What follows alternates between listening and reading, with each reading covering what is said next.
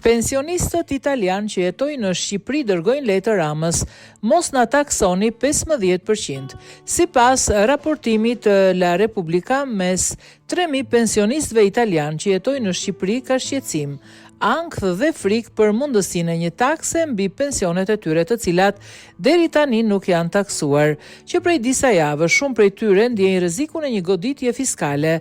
Në 23 janar, portali Alban Italy, drejtuar nga ish gazetari Rai Giuseppe Mazei, ka raportuar mbi këtë situatë. Një grup i madh pensionistësh ka dërguar letër të hapur kryeministrit Edi Rama duke shprehur shqetësimin për barën fiskale të mundshme. Sipas tyre, ata mund të detyrohen të paguajnë taksën bazë të biznesit prej 15% të ardhurave dhe të plotësojnë deklaratën vjetore të ardhurave të quajtur diva.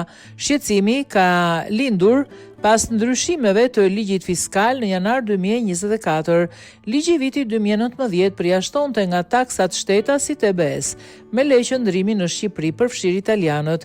Ligji i ri kufizon përjashtimet vetëm te të ardhurat e mbrojtura nga marrëveshjet ndërkombëtare, duke ofruar një mbrojtje më të dobët. Megjithatë, gjatë vitit 2025, administrata tatimore nuk ka kërkuar pagesa nga pensionistët italian, por frika dhe pasiguria ngritur.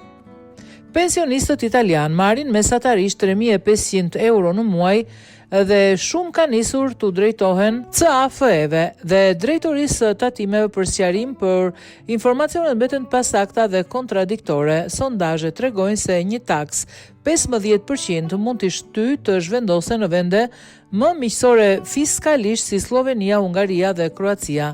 Një largim i tillë do të kishte ndikim ekonomik për Shqipërinë, pasi pensionistët italian që hyjnë në vend arrin mbi 136 milion euro në vit, të shpenzuara kryesisht për konsum lokal, qira, supermarket, restorante dhe mallra të ndryshme.